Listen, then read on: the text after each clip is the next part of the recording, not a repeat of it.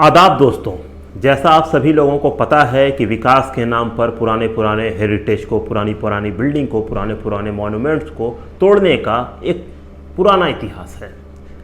अभी बिहार की राजधानी पटना में भी ऐसे कारनामे अंजाम दिए जा रहे हैं जहाँ पे पुराने पुराने धरोहर, पुराने पुराने मॉन्यूमेंट को तोड़ा जा रहा है। कहीं पे उसे पुल के नाम पे, कहीं पे उसे ओवरब्रिज के नाम पे, तो कहीं पे उसको मेट्रो के नाम पे। तो आज हम जिस मॉन्यूमेंट की बात करने जा रहे हैं वो बहुत ही तारीख़ी है। वो पटना के अशोक राजपथ पे स्थित है। उसका नाम है कर्जन रीडिंग रूम।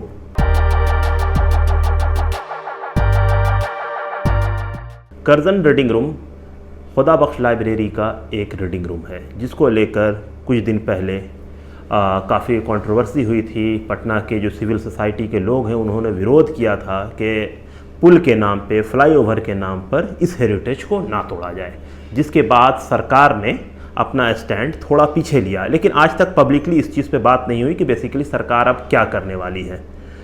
तो ये जो हेरिटेज को तोड़ने का एक जो रिवाज है, इसको इस तरह से समझिए कि कोई भी चीज़ जब उनको नई लगती है, बनानी है, तो उसको वो दूसरी जगह ना बना के बल्कि पुरानी चीज़ों को तोड़ के उसके ऊपर बना दो। तो हम कर्जन रीडिंग रूम की बात क्यों कर रहे हैं? तो कर्जन रीडिंग रूम एक तारीख़ी रीडिंग रूम है जो 1905 में पटना में बना, मतलब आज से तकरीबन 117 साल पहले। ये खुदा बख्श लाइब्रेरी के कैंपस में है। और जो खुदा बख्श लाइब्रेरी है, उस लाइब्रेरी को बनाने वाले हैं जस्टिस खुदा बख्श खां। ये जो लाइब्रेरी है 29 अक्टूबर 1891 को पटना में अशोक राजपथ और गंगा के किनारे दोनों के बीच में ये लाइब्रेरी कायम हुई। इस लाइब्रेरी के कायम होने की एक बड़ी हिस्ट्री है, वसी हिस्ट्री है। अगर इस हिस्ट्री को समझना है तो हमें 1857 में जाना होगा।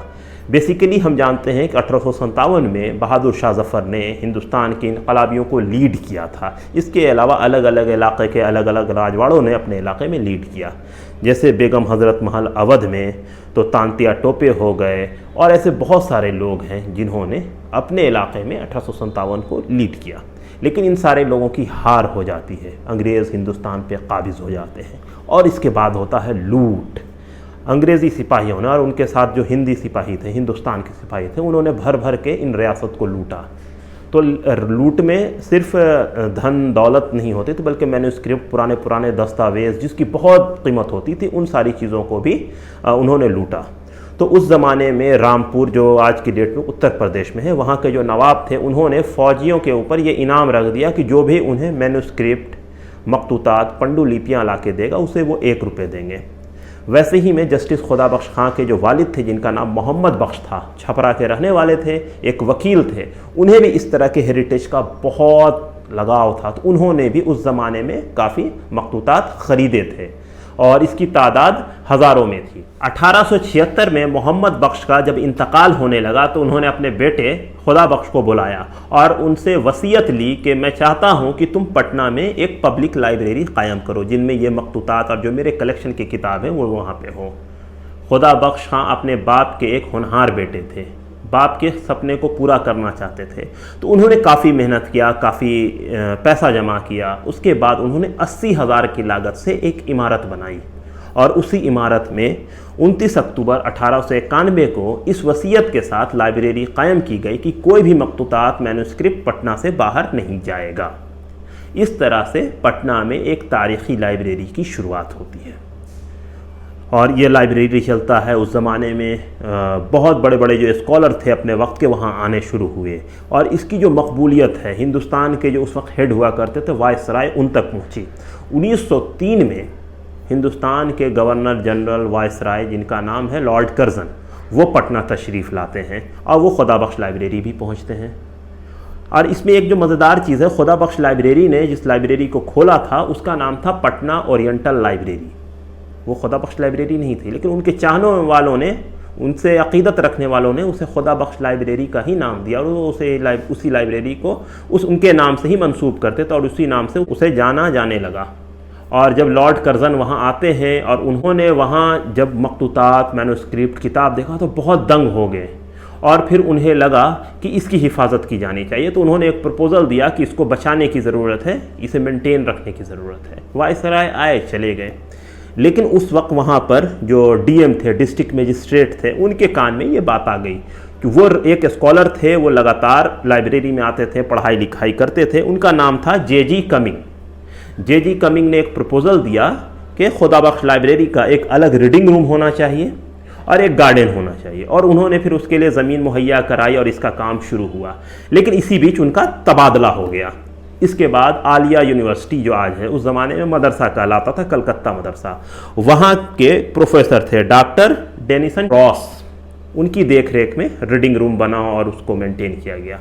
खुदाबख्श चाहते थे कि ये जो नया रीडिंग रूम बना है उसको उनके साथी, उनके दोस्त जो डिस्ट्रिक्ट मजिस्ट्रेट थे जे.जी. कमिंग, उनके नाम पे रखा जाए, और जो कमेटी के लोग हैं वो भी इसके लिए तैयार हो गए थे। इस चीज़ का जिक्र उनके बेटे सलाउद्दीन खुदाबख्श ने खुद 1912 में, जो उन्होंने अपने वालिद के ऊपर जो एक कॉलम लिखा उसमें जिक्र किया है। उसमें वो कहते हैं कि हमारे वालिद चाहते थे कि उनके नाम पे हो, लेकिन इसका नाम कर्जन के नाम पे रखा गया। इसकी वजह ये है कि हिंदुस्तान में जो सिस्टम है इसका, ख़ास के जो अफसरशाही है, उसमें यह है कि जैसे वो तो डिस्ट्रिक्ट मजिस्ट्रेट थे, लेकिन उनके ऊपर एक होता है जिसको कहते हैं कमिश्नर, तो वो नाराज़ हो जाता है कि उनके होते हुए कोई दूसरे आदमी के नाम पे क्यों है। इस वजह कर एक ऐसे आदमी के नाम पे रखा गया कि जिस पे कोई कंट्रोवर्सी ना हो, तो वो वायसराय से बेहतर कोई दूसरा नाम नहीं हो सकता था।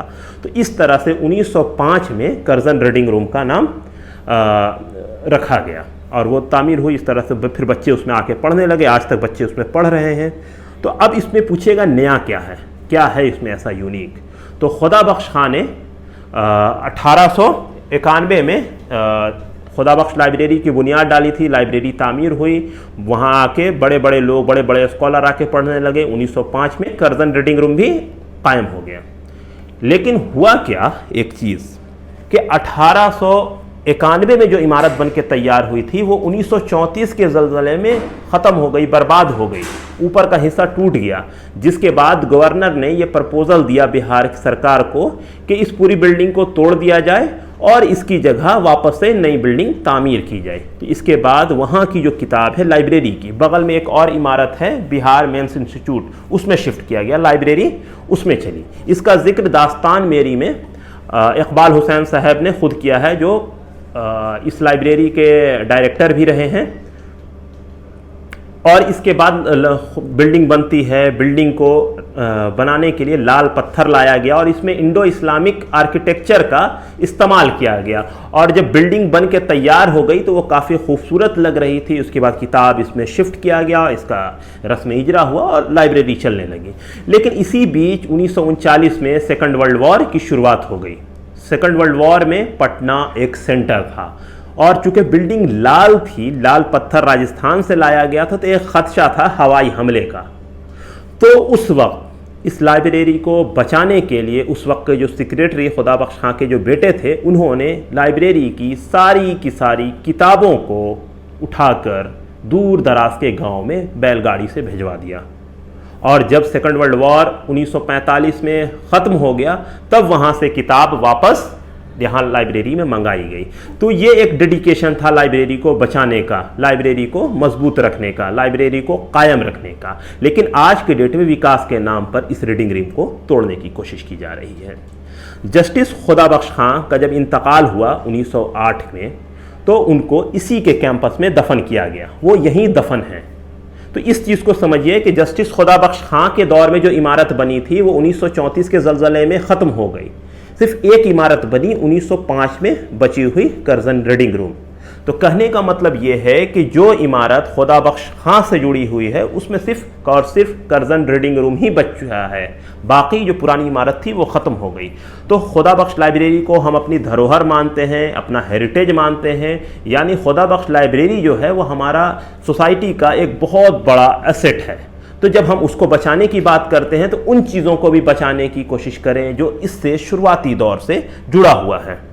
और इसके अलावा यदुनाथ सरकार जो एक बहुत बड़े हिस्टोरियन हैं, उन्होंने 1908 में खुदाबख्श खां के इंतकाल होने के बाद मॉडर्न रिव्यू में एक लेख लिखा जिसमें उन्होंने लाइब्रेरी के बारे में बहुत कुछ बताया और बहुत कुछ समझाया कि खुदा बख्श खां का इस लाइब्रेरी के साथ क्या लगाव था, क्या उनकी डेडिकेशन थी। तो ये बताने के लिए एक बहुत ज़रूरी है कि हम जब बात करते हैं लाइब्रेरी की, तो लाइब्रेरी में सिर्फ किताब नहीं है बल्कि उसका आर्किटेक्चर, लाइब्रेरी की इमारत, उससे जुड़ी हुई हर चीज़ इंपॉर्टेंट है। तो ज़रूरत इस बात की है कि हम ना सिर्फ लाइब्रेरी को बचाएं बल्कि आसपास उससे जुड़ी हुई जो भी धरोहर है उनकी हिफाजत करें। और इसके अलावा ये जो लाइब्रेरी है इसमें हिंदुस्तान के जितने भी बड़े स्कॉलर हैं सब आए हैं, जितने भी बड़े नेता हैं सब आए हैं, चाहे महात्मा गांधी हों, जवाहरलाल नेहरू हों, मौलाना अबुल कलाम आज़ाद हों, इसके अलावा जितने भी साइंटिस्ट हैं वो सारे लोग यहाँ पहुँचे हैं। तो ये लाइब्रेरी अपने में बहुत ही यूनिक है। तो इसलिए ज़रूरत है कि हम इस लाइब्रेरी को बचाएं, इसकी तहफ़्फ़ुज़ करें और इससे जुड़ी हुई सारी चीज़ों की कदर करें। तो दीजिए हमें इजाज़त, फिर हम आपके सामने इसी तरह के वीडियो लेकर आएंगे और आपको बताते रहेंगे अलग अलग इतिहास।